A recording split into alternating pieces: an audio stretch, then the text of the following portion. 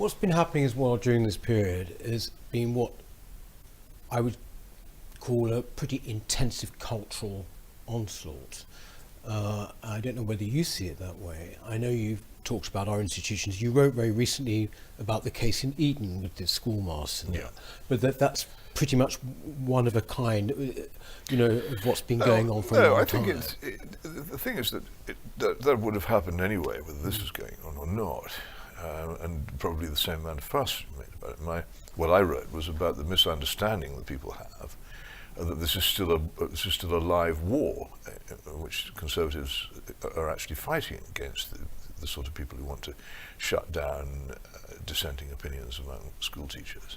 That battle's been lost, and the law has been passed. The Equality Act of 2010 has been passed, and that is the instrument by which all the old ideas of an older country were dethroned, and a new set of ideas were enthroned, and the law will now back them, and particularly in places like schools. But in the state schools, from the letters and emails and calls I receive from parents of pupils at state schools complaining about the sort of political indoctrination to which they're subjected, this has been going on for a very long time. Yeah. And that anybody should be surprised that it should arrive at Eton amazes me. Eton is not immune from these immense pressures just because it charges enormous fees and has a fancy dress uniform. I suppose what I was thinking as one of the response of our museums and institutions to the Black Lives Matter protests, and it's the speed with which there was this capitulation, or at least, shall we say, coming out and sort of almost declaring their hands. It's almost these people have been there for a long time, but they used this period to do it. But I think, again, you need to be unobservant not to have noticed it before. I mean, Andrew Roberts' complaints about what was done to the National Army Museum, for instance, but anybody who's an enthusiastic museum goer, as am I, will have noticed over the years increasing correction and purging of museums to make them into organs of propaganda for the new cultural regime. And I've been warning about this since 1999. I can't tell you. One of the few pleasures I have in life is saying, I told you so. And I told everybody so. I wrote my book, The Abolition of Britain, in 1998, 99, in the belief that I was issuing a warning that people might act on. As it happens, I was writing an obituary for something for a country which had already effectively died. Nobody gave a damn or cared in the slightest. And 20 years later, the thing has now got an iron grip on every institution and every current of thought.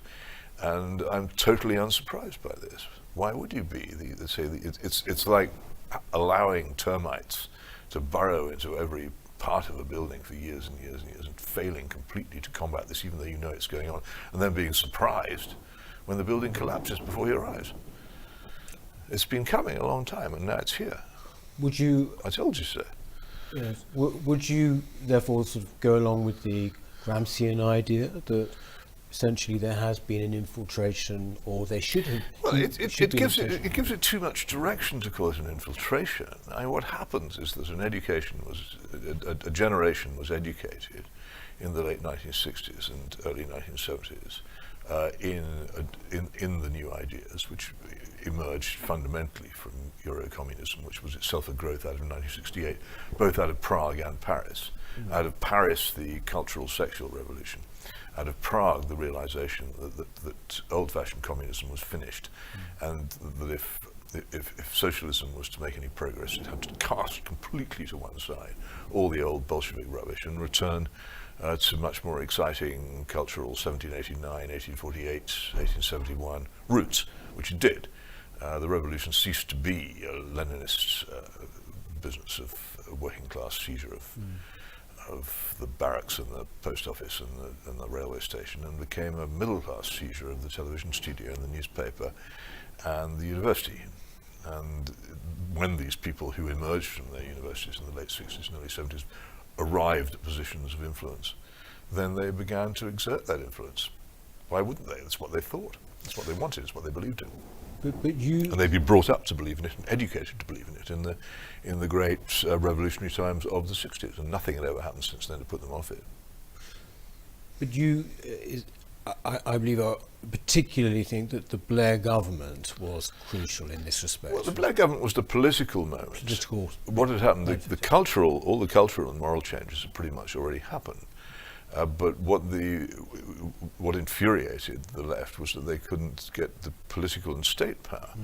And once they got the state power, the moment, you must remember the moment when the Blair government took power, the BBC, which had long been in the hands of people of this kind, treated it as if it was a moment of joy and glory. It was a new dawn. We had aerial film of Blair's boring car going to Buckingham Palace.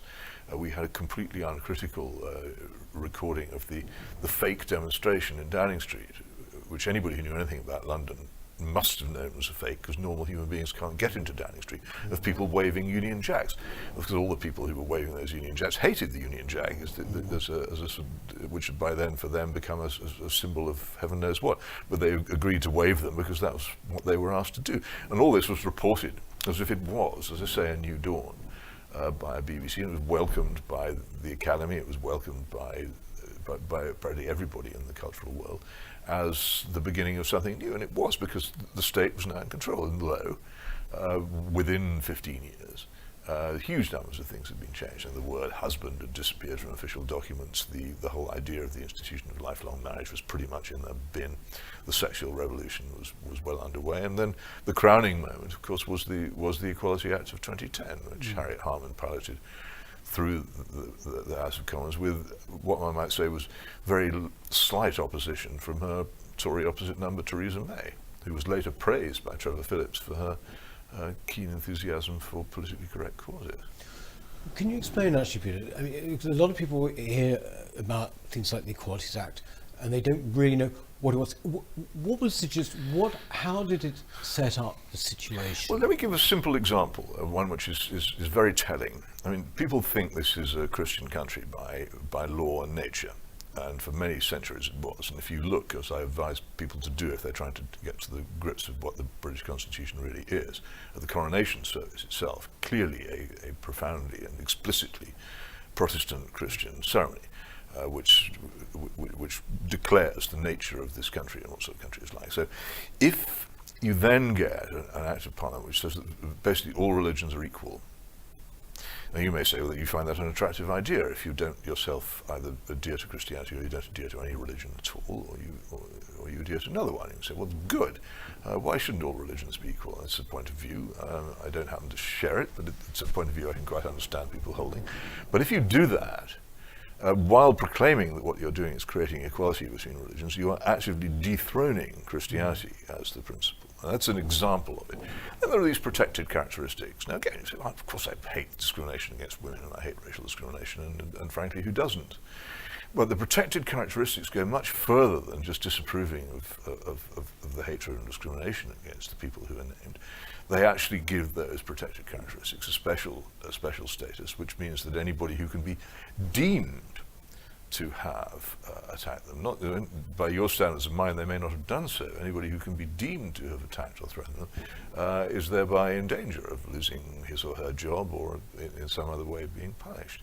It's the basis of a whole new idea of what is good and what is bad, and what is wrong and what is right. Set beside it the Macpherson report into the Stephen Lawrence murder, with this extraordinary declaration. So it actually comes out specifically against colourblind policing. And it says that that a racialist incident is anything which anybody believes to be one. And you have a subjective form of justice written into the Constitution.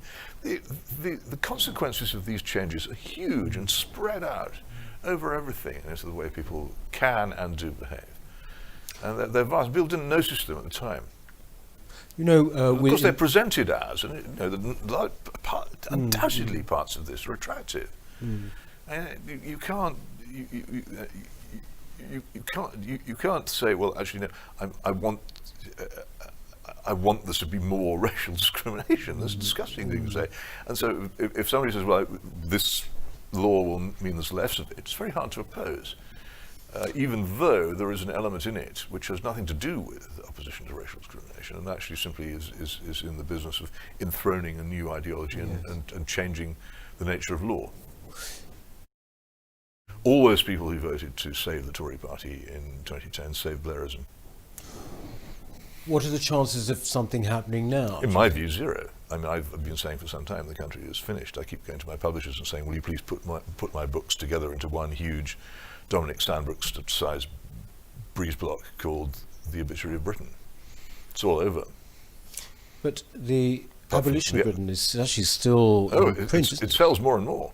It probably sells more now than when it first came out. People reading, discovering finally what might have been some use to them 20 years ago, but is now just reminiscence. Well, when you say Britain's finished, Yep. Is it just Britain or is it the West? Well, I'm not going to go into it. I know this is the country I know best. This is the one that I've researched. This is the one where I live. This is the one I most urgently care about. And I've been saying for years, people say, what should I do? I say, leave. And people laugh. They think I'm joking. I was never joking. I meant it. So if I were 30, I would have left long ago. I've never seen a country more finished. And I've seen some finished countries. do you think people care? They don't understand. They don't understand. And this is the real problem in all this, is that people don't understand. And I sometimes think that you have to have had a Marxist-Leninist Bolshevik training to understand politics. Most people haven't had one. They believe.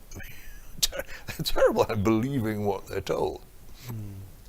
Which also von Bismarck long ago was against. He said, you never believe anything until it's been officially denied. It's a watchword, particularly for journalists, but it seems to me for any wise. They believed what they were being told. They believed the appearance instead of the substance of things. They believed slogans. They believed brand names. And people, for goodness sake, in this country, they buy instant mashed potato. Well, if you can sell them instant mashed potato, you can sell them anything, can't you? Including the Conservative Party.